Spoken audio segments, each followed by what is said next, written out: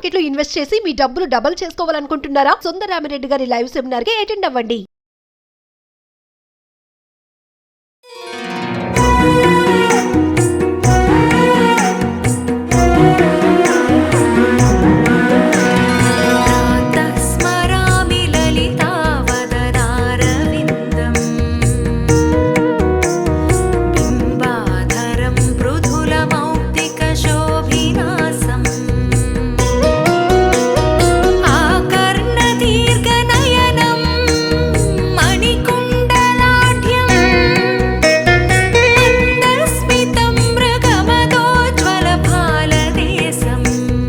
నమస్తే రమగారు. నమస్తే జయ.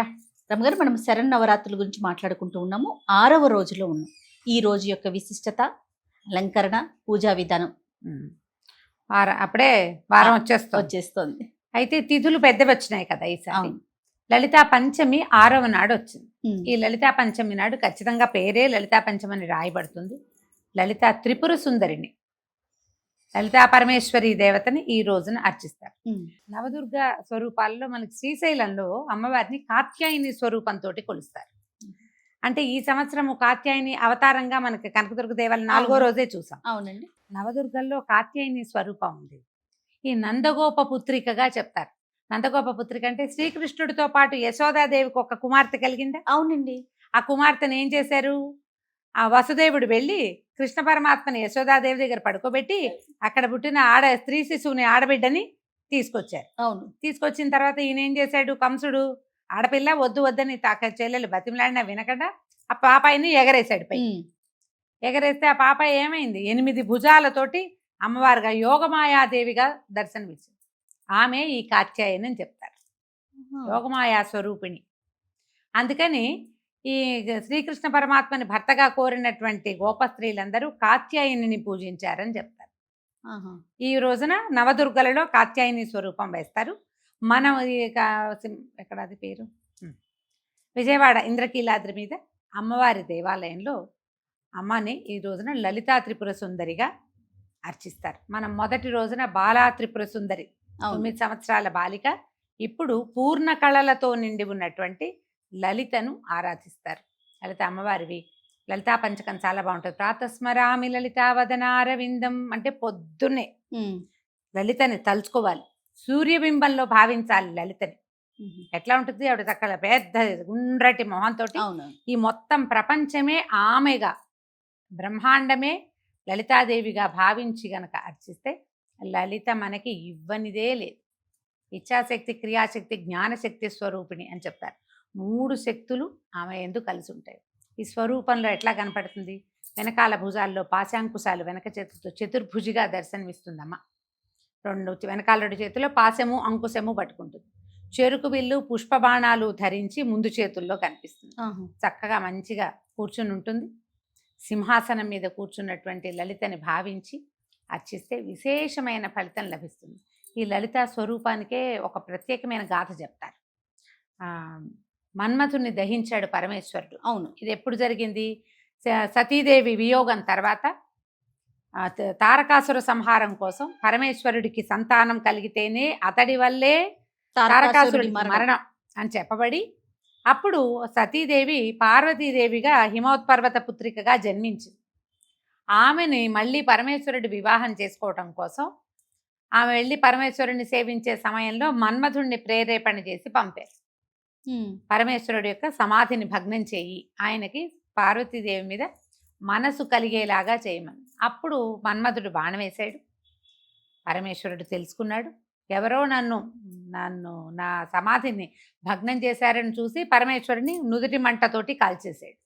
తర్వాత శివపార్వతుల వివాహం జరిగింది. అయితే ఈ కంటి మంటకి కాలిపోయిన మన్మధుడు బూడిద కుప్పగా మారాడు. ఆ బూడిద కుప్పని ఈ ప్రమథ గణాలలో ఒకరు గణేశుడని కూడా చెప్తారు. ఒక బొమ్మలాగా, ప్రతిమలాగా చేసి దానికి ప్రాణం పోస్తే అతడు భండాసురుడనే రాక్షసుడుగా పరిణమించాడు. భగ్నమైనటువంటి దగ్ధమైన బూడిద నుంచి జన్మించాడు. అయితే ఆ భండాసురుణ్ణి సంహరించడానికి పరదేవత లలితా స్వరూపాన్ని ఎత్తింది. వాడు కంట్రోల్ చేయలేకపోయారు. అతన్ని కంట్రోల్ చేయడం మనం దేవతల వల్ల కాలేదు. ఆమె కోసము అది అతన్ని సంహరించడానికి లలిత పరదేవతే లలితా స్వరూపంలో వచ్చి రకరకాల శక్తులతోటి కలిసి అప్పుడే సప్తమాతృకలు కూడా వచ్చారని చెప్తారు. సప్తమాతృకలు అంటే బ్రాహ్మి, మహేశ్వరి, వైష్ణవి, వారాహి, మాహేంద్రి, కౌమారి, ఐంద్రి, ఇంతమంది అనమాట. అదే మాహేంద్రి అంటే నారసింహి. ఈ స్వరూపాలన్నీ కూడా సప్తమాతృకా స్వరూపాలు కూడా ఈ భండాసురుణ్ణి సంహరించిన యుద్ధంలోనే ఈ స్వరూపాలన్నీ కనపడ్డాయి. అక్కడే ఈ బాలికా స్వరూపంలో ఉన్నటువంటి పరదేవత కూడా అదే బాల స్వరూపం, బాలాంబిక, ఆమె కూడా యుద్ధం చేసింది. వారాహి యుద్ధం చేసిందని ఇట్లా ఎన్ని రకాల స్వరూపాలు కనిపిస్తే అది మనకి లలితా సహస్రనామం చదివే వాళ్ళకి భండాసుర వధోద్యుక్త శక్తి విక్రమహర్షిత, అందులో ఈ భండాసురుణ్ణే సంహరించడానికి ఆమె ఎంతో చేసింది, ఎంత ప్రయత్నం చేసింది. చాలా యుద్ధం జరిగిన తర్వాత వీళ్ళందరినీ ఈ భండాసురుడు అతనితో మొత్తం పరివారాన్ని సంహరించింది అమ్మవారు. ఆ సంహరించిన స్వరూపాన్ని మనం లలితా స్వరూపంగా భావిస్తాం. ఆమెని శ్రీమాతగా చెప్తాం. పూర్తిగా ఇప్పుడు లలితా సహస్రనామాలు 1000 నామాలు ఉన్నాయి, అన్నీ చదవలేవు. శ్రీమాత్రే నమః ఒక్క నామంతో మీరు 1000 సార్లు జపించినా అదే ఫలితం లభిస్తుంది. అవును, 108 సార్లు చేస్తే అష్టోత్తరం అవుతుంది. 1008 సార్లు కనుక చేశారంటే సహస్రనామం పూర్తయిపోతుంది. అంత పవిత్రమైనది, పవర్ఫుల్ కూడా, శక్తివంతమైనది. అయితే అమ్మవారికి ఇవాళ నివేదన ఏం చేస్తారు? పులిహోర, పెసరపప్పుతో చేసినటువంటి బూరెలు నివేదన చేస్తారు. మన శక్తియుక్తుల ప్రకారం మామూలు రోజువారీ చేసినట్టే కొంచెం పులగం చేసుకోవటం, కాస్త పానకము, కొద్దిగా వడపప్పు, ఏ ఫలాలు ఋతువులో దొరికేటువంటి అన్ని రకాల ఫలాలు, కొంచెం కొబ్బరికాయలు.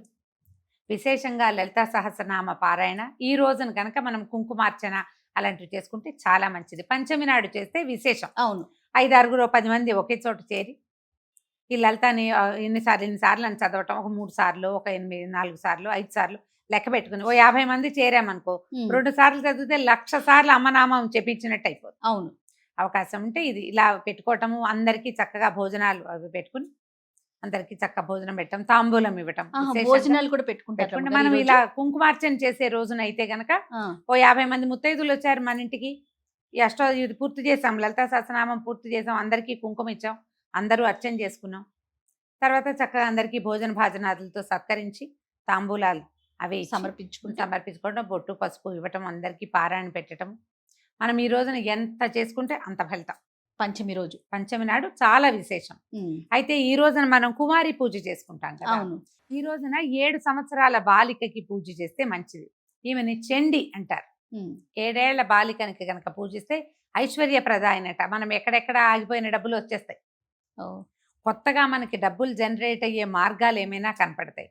7 సంవత్సరాల బాలికకి ఈ వారం 10 రోజుల్లో, ఈ నవరాత్రుల్లో ఏ రోజు కుదిరితే ఆ రోజున అర్చించండి.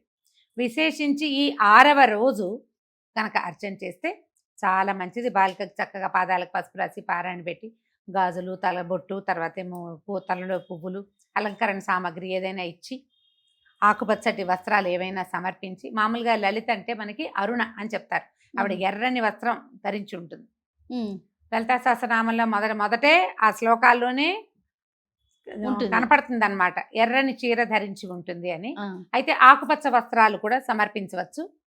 ఎవరికైనా పెట్టేటప్పుడు కూడా, మనం ముత్తైదుకి సమర్పించేటప్పుడు కూడా ఎర్రని జాకెట్, ఆకుపచ్చ జాకెట్ ముక్కలు కానీ, చీరలు కానీ, వస్త్రాలు ఏవి ఇచ్చినా సరే ఆకుపచ్చని వస్త్రాలు ఇచ్చి విశేషంగా అర్చించుకోవచ్చు. పొద్దున సాయంత్రం 2 పూటలా కూడా లలితా సహస్రనామం చేసుకోండి. ఈ లలితా పంచకం అని కనపడుతుంది. 5 శ్లోకాలు ఉంటాయి, ఒక్క ఫలశ్రుతి శ్లోకం ఉంటుంది, 6వది చిన్న శ్లోకం. ఇవి చదువుకోండి. ఒకవేళ సహస్రనామం పెద్దది మా వల్ల కాదు అలాంటివి ఉంటే ఈ లలితా పంచకాన్ని 5 సార్లు, 11 సార్లు, 9 సార్లు మీ లెక్క ప్రకారం చదువుకోవచ్చు. చక్కగా అమ్మవారికి నివేదన చేసి అర్చన పూర్తి చేసుకోవచ్చు. సంతోషరామ్ గారు, 7వ రోజుతో మళ్ళీ కలుద్దాం. తప్పకుండా.